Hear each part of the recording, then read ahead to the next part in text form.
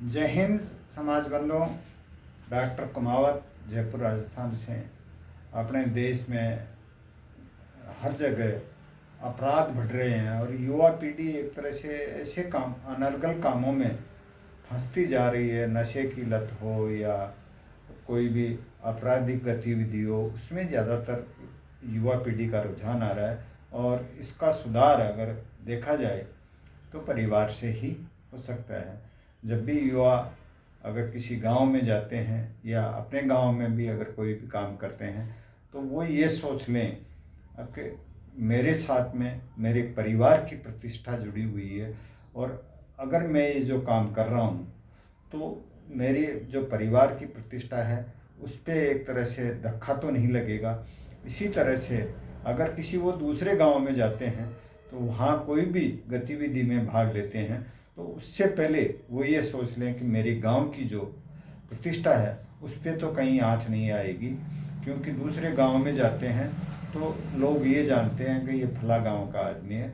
इसी तरह से वो किसी दूसरे डिस्ट्रिक्ट में जाते हैं तो पूरे जयपुर या जो भी डिस्ट्रिक्ट उनका होता है तो पूरे डिस्ट्रिक्ट की प्रतिष्ठा उनके साथ में चलती है, और पूरे ज़िले की प्रतिष्ठा को ध्यान में रख कर के किसी भी गतिविधि में भाग लेते हैं और सोच लेते हैं कि मैं जो काम कर रहा हूँ उसमें कहीं मेरे ज़िले की प्रतिष्ठा तो दांव पे नहीं लगी हुई है।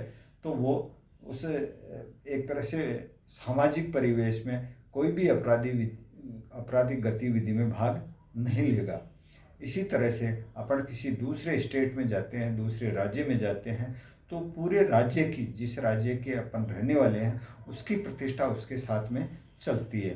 और अगर अपन विदेश में जाते हैं और विदेश में जाते हैं तो पूरे देश की प्रतिष्ठा अपने साथ में होती है।